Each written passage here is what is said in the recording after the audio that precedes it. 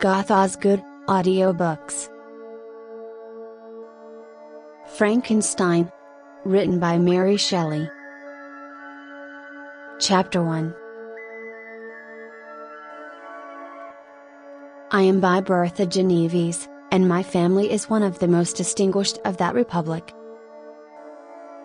My ancestors had been for many years councillors and syndics, and my father had filled several public situations with honor and reputation.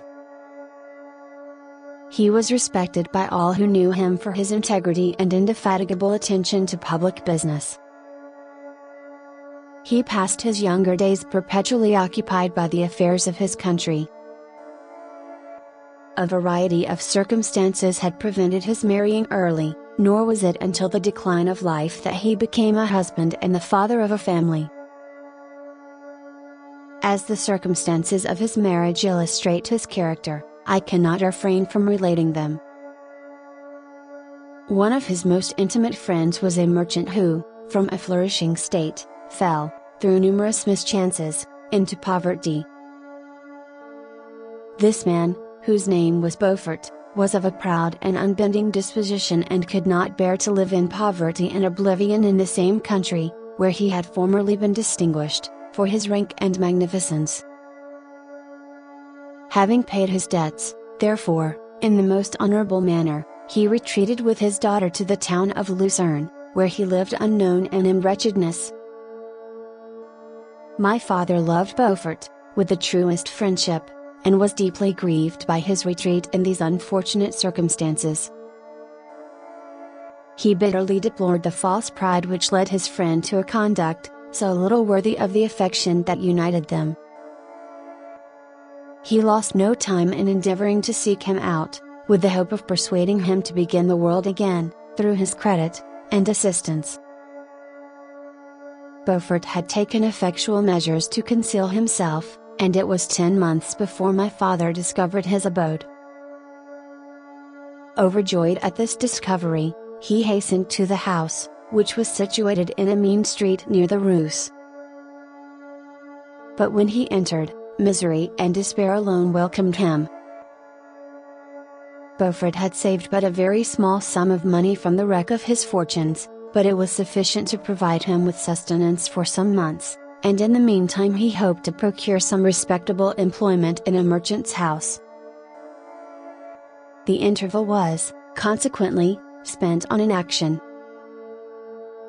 His grief only became more deep and rankling when he had leisure for reflection, and at length it took so fast hold of his mind that at the end of 3 months he lay on a bed of sickness, incapable of any exertion.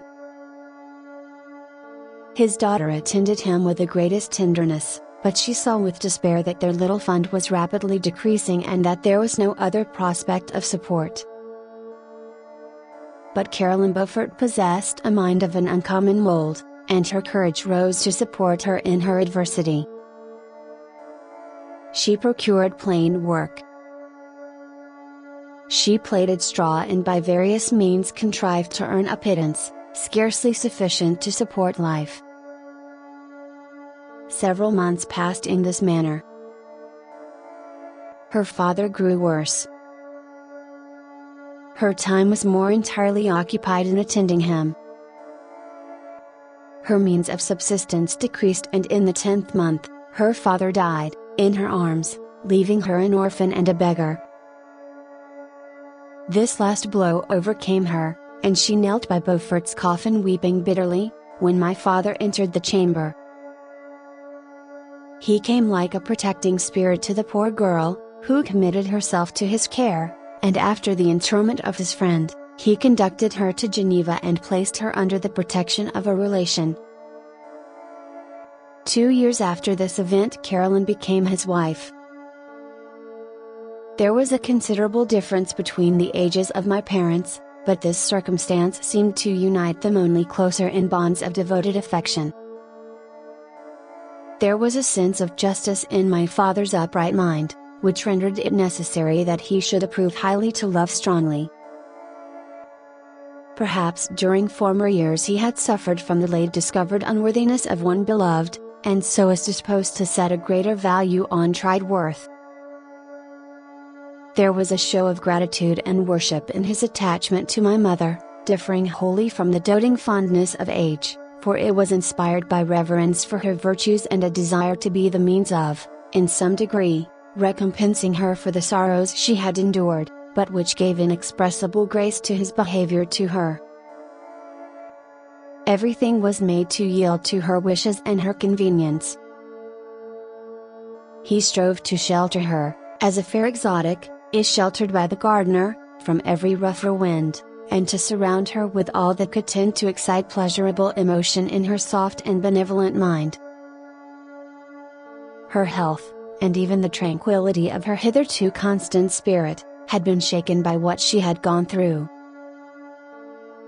During the 2 years that had elapsed previous to their marriage, my father had gradually relinquished all his public functions, and immediately after their union, they sought the pleasant climate of Italy, and the change of scene and interest attendant on a tour through that land of wonders, as a restorative for her weakened frame.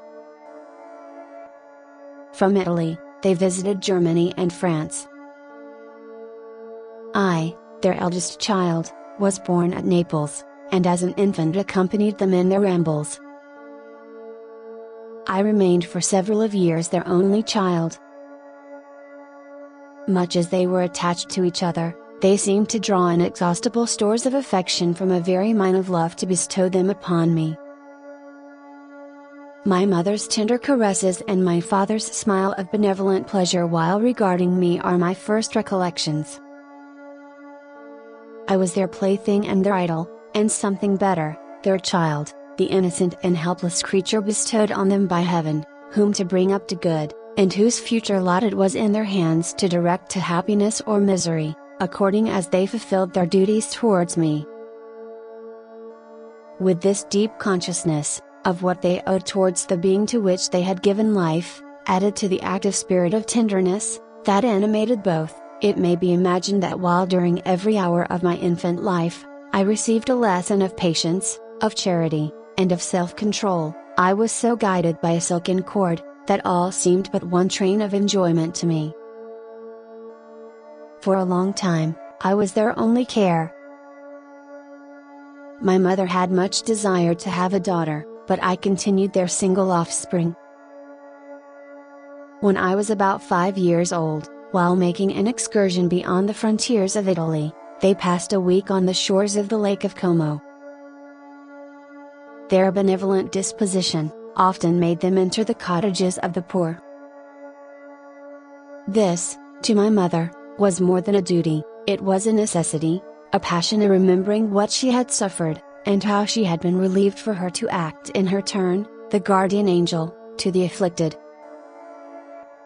During one of their walks, a poor cot in the foldings of a veil attracted their notice as being singularly disconsolate, while the number of half-clothed children gathered about it spoke of penury in its worst shape. One day, when my father had gone by himself to Milan, my mother, accompanied by me, visited this abode.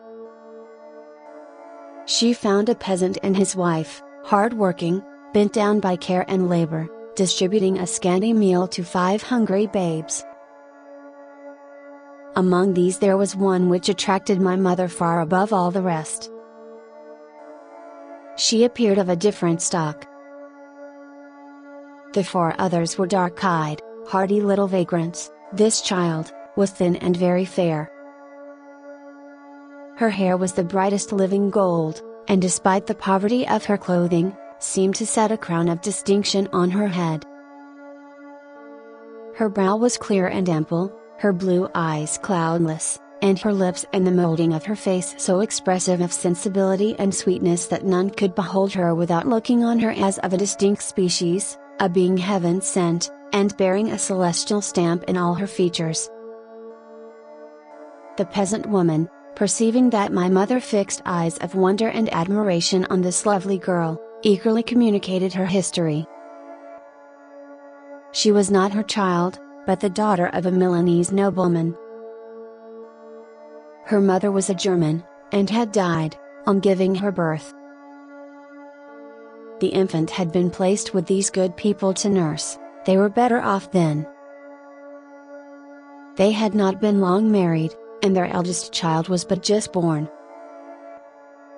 The father of their charge was one of those Italians nursed in the memory of the antique glory of Italy, one among the Schiavi from Italy, who exerted himself to obtain the liberty of his country. He became the victim of its weakness. Whether he had died, or still lingered in the dungeons of Austria was not known. His property was confiscated, his child became an orphan and a beggar. She continued with her foster parents and bloomed in their rude abode, fairer than a garden rose, among dark-leaved brambles. When my father returned from Milan, he found playing with me in the hall of our villa, a child fairer than pictured cherub, a creature who seemed to shed radiance from her looks and whose form and motions were lighter than the chamois of the hills. The apparition was soon explained.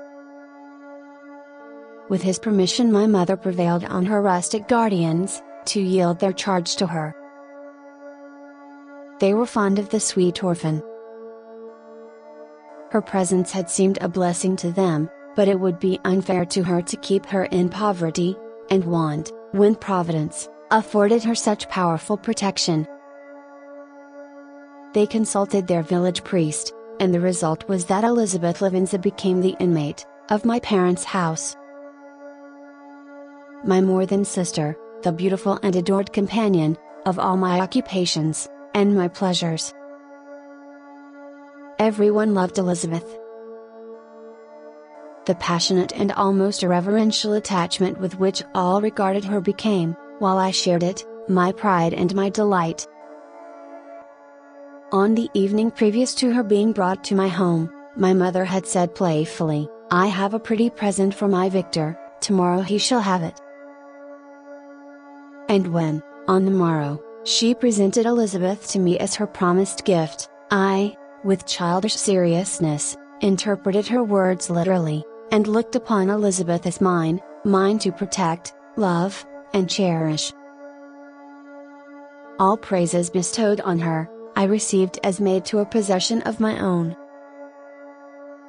We called each other familiarly by the name of cousin. No word, no expression could body forth the kind of relation in which she stood to me, my more than sister, since till death, she was to be mine only.